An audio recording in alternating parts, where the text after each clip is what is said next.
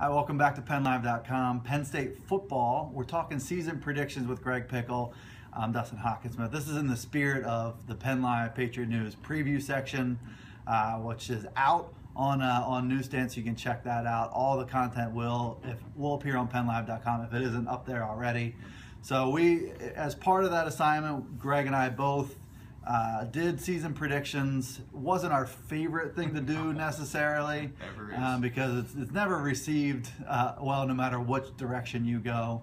But it's hard to get away from that 8-win mark.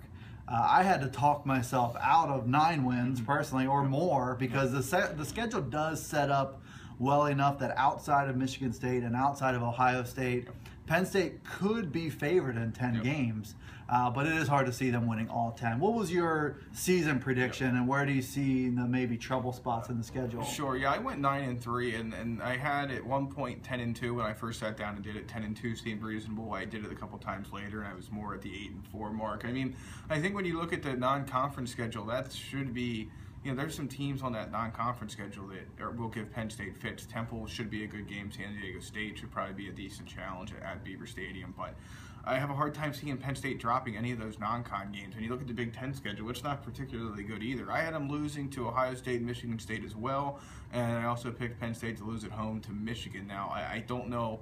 Again, when you're looking at the schedule, you know they're going to drop at least one in the Big Ten that's not Michigan State or Ohio State. Now, whether it's Michigan, whether it's Northwestern, you should be better this year, I'm not sure. I went with Michigan at home, and that could be proven wrong really early if we, once we see what the Harbaugh Wolverines look like. But 9-3 is where I'm at. I went 8-4.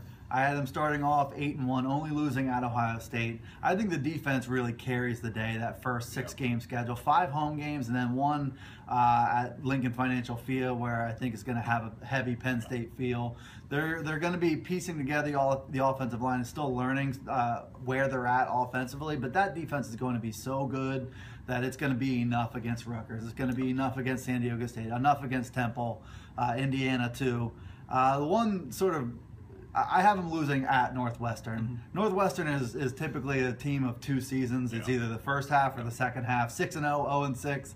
I think that's going to be a tricky matchup in advance to that Michigan game. I do have them losing to Michigan and Michigan State as well, effectively ending the season with a 3-game losing streak. But at the end of the day, who knows? Michigan still needs to prove some things. That whiteout crowd could really be a factor. But I think anybody can agree that Michigan State and Ohio State, both on the road, are surefire losses. But I can't fault anybody from going anywhere from 7 wins to 10 wins with this team. We just don't know enough about Penn State and some of the opponents. But there you go. 9-3 on Greg's end, 8-4 on my end. Take it with a grain of salt. I'm sure you're accustomed to doing that already. That's Greg Pickel. I'm Dustin Hockensmith, talking Penn State football predictions for PennLive.com.